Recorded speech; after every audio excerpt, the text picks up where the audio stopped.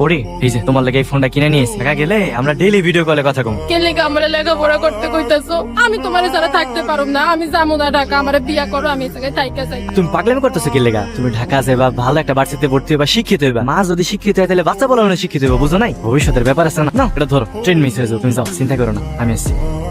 আজ ভার্সিটিতে প্রথম দিন নাকি তোমার? আমি জি স্যার। নতুন জায়গায় সব নতুন মানুষ, যদি কোনো সমস্যা বা প্রয়োজন হয় আমাকে বলতে পারো। ফ্রেন্ডস, তাহলে কালি ঢাকা আসছো? বাসা কোথায় তোমার? আমি তো হোস্টেলে থাকি। যে রিয়া টিনা আছে না, ওরা আমার রুমমেট। তো তোমার রুমমেটস কোথায়?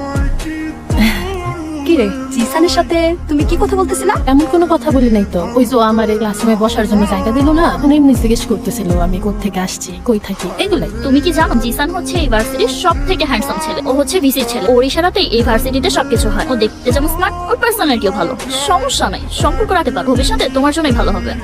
না কিন্তু পরে তুমি ওর সাথে কথা কিভাবে বললা? সচরাচর তো ও কোনো মেয়েকে পাত্তাই দেয়। আমি কথা বলি নাই তো, উনি শায়দ আমার সাথে কথা বলছে। এই তুমি কি ওর সাথে এইভাবেই কথা বলছো? হ্যাঁ, কেন?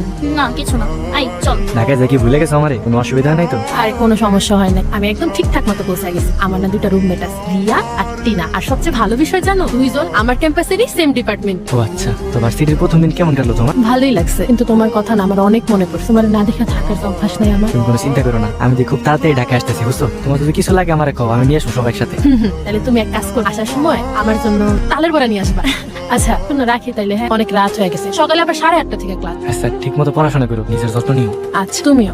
আচ্ছা আমি বুঝলাম না, ওর মতো একটা খ্যাত স্মার্ট মেয়ের সাথে জিসানাতে কিসের কথা বলে বলতো? লিটারালি আমার গাটা চলতেছে। কেন তোর কেন শরীর জ্বলে? তুই না বললি প্রেম ভালোবাসা বিয়ের সাথে এসব থেকে অনেক দূরে? কালি না মেয়েটা কি সব জ্ঞান দিলি? জিসান আমার ক্রাশ, এটা কেউ জানুক আর না জানুক তুই তো খুব ভালো করে জানিস। কে কার ক্রাশ?